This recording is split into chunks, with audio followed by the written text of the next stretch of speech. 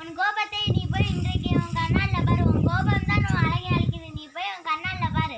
சிரிச்சு பாரு, உன் முகம் அழகா இருக்கும். கோபமா பாரு, உன் முகம் வந்து நல்லாவே இருக்காது. அதனால நீ சிரிச்சு தான் பார்க்கணும். சரியா? சரி.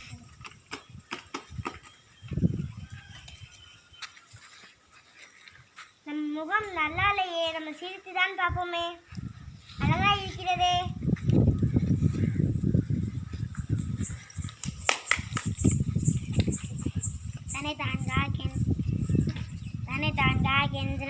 காவாக்கால் தன்னை கொள்ளும் தினம் விளக்கம். ஒருவன் தன்னை தானே காக்க விரும்பினால் சினம் வராமல் காத்து கொள்ள வேண்டும். அவ்வாறு காத்து கொள்ளாவிட்டால் சினம் வராமல் இந்த சினம் தன்னையே அழித்து விடும்.